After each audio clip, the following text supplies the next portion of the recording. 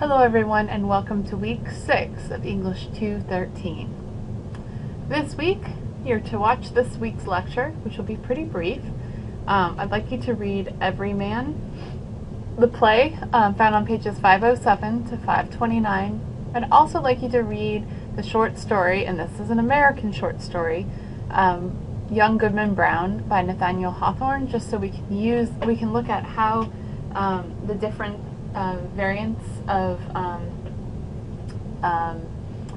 allegory are being used, because that's the term we're going to be thinking about this week. Participate in the conversation, and all posts are going to be due by Friday this week, which is a little different, and I'm trying to give you guys space to complete our midterm exam, which you'll have 2 hours for. It is a timed exam, and it will be posted this Wednesday. It will be due by the following Monday at 11:59 p.m. So just a little bit more about the midterm. So if you're worried about it, and that's totally normal, I used to get really freaked out about midterms and finals, so I understand, but there's no reason to be worried. If you are worried though, please stop by my office. I have office hours this Wednesday from 12 to 3 p.m. or you can set up an appointment. I'm here every day, and I'd love to meet with you in the afternoon. You can also call during my office hours, or you can make an appointment to have a call if you can't come on campus. That's the best way to get a real good conversation about it. You can send me an email, but I won't be able to really spend as much time on an answer as I would be able to if you were speaking on phone or in person. You want to review your active reading notes and the text that we've read so far, and also look through the things that we've been talking about each week, because those will really help you think about how to study. The midterm is going to be time-based. That means you're going to only have 2 hours to complete it once you begin, but I will give you a second chance. If you start the first time and you get really freaked out, you can stop. You can stop the exam. During the exam you can pause it, but you can only take it 2 times. Normally I give you as many times as you'd like, but not for the midterm. And you will, if you take it twice and your first grade is better than your second grade, it's the highest grade that you get. That's the one that'll count.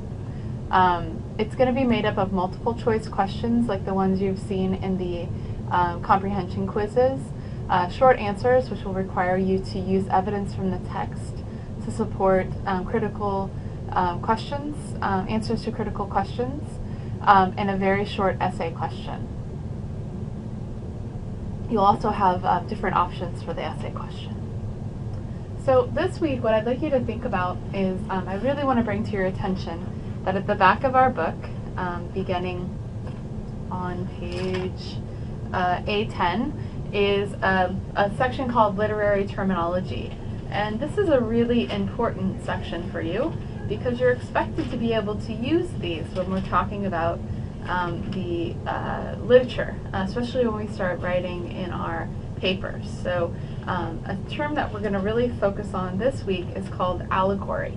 And allegory, it comes from the Greek, which means saying otherwise.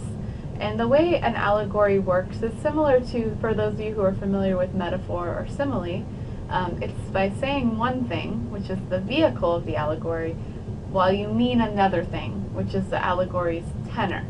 So, for example, in the short story Young Goodman Brown, Young Goodman Brown is married to a woman named Faith.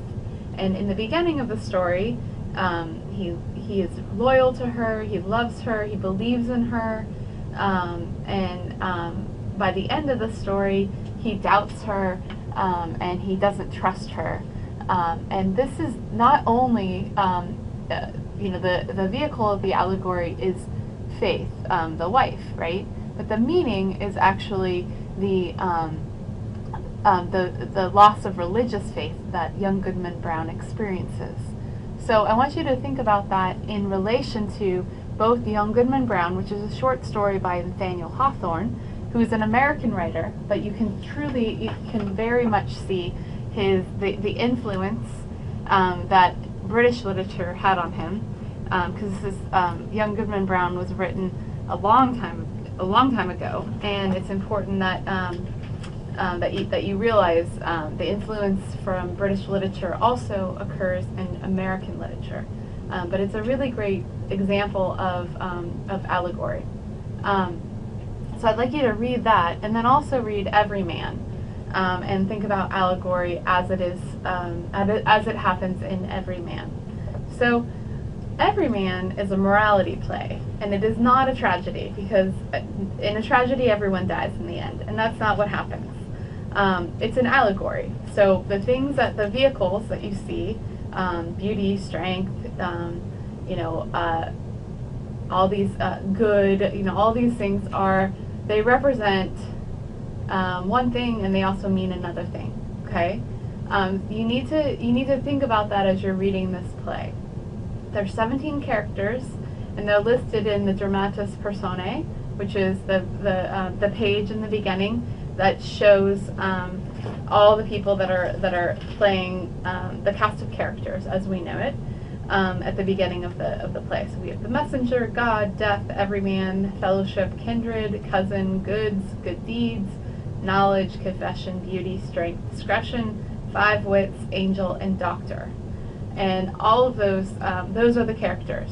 The key passages I want you to think about are lines 1 through 462, where every man is deserted by fellowship, kin, and cousin out of fear. Lines 462 to 771, good deserts him too, and every man has shame. Good deeds and knowledge lead him to confession, and then Eucharist and extreme unction are administered off stage. Then finally, in lines 772 to 921, beauty, strength, discretion, and 5 wits are scared off by the grave. Knowledge remains, while every man and good deeds go to the grave. Angel speaks about his soul going to heaven, and then doctor gives him the moral. So in the end, every man's soul goes to heaven, but he has a journey along the way.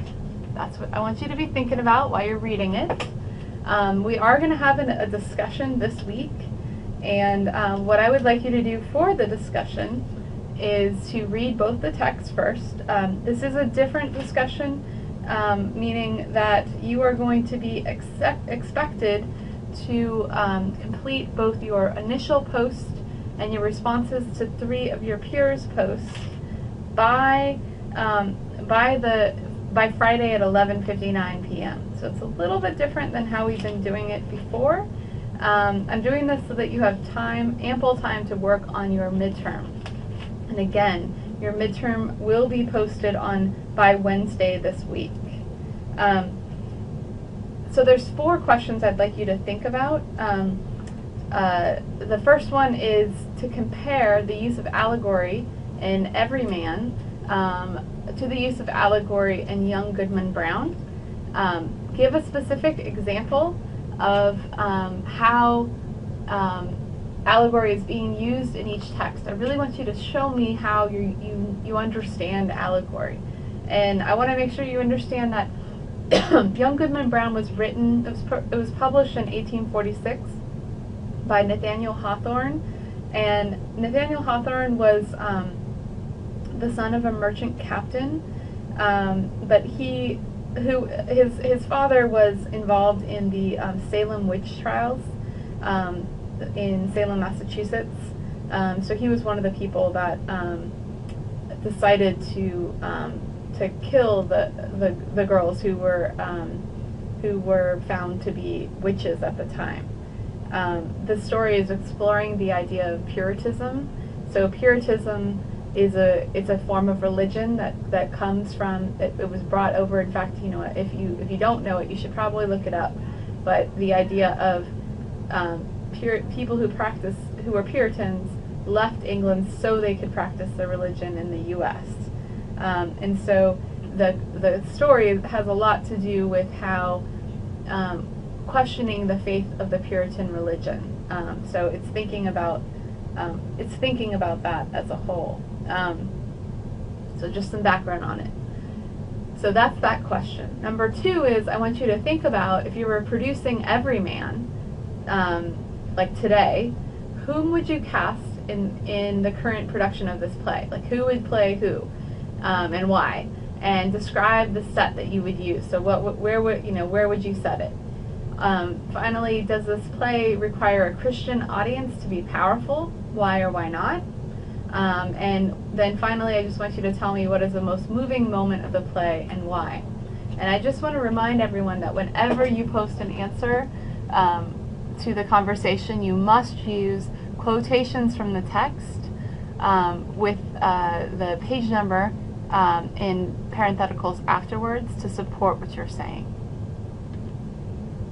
Alright guys, that's it for this week. Next week we're moving on to the 16th century. I'm very excited about the 16th century. It's the beginning of the Renaissance in England, and it's really an exciting time for literature. So I will be setting up, don't forget to look for an email from me as soon as the midterm is posted.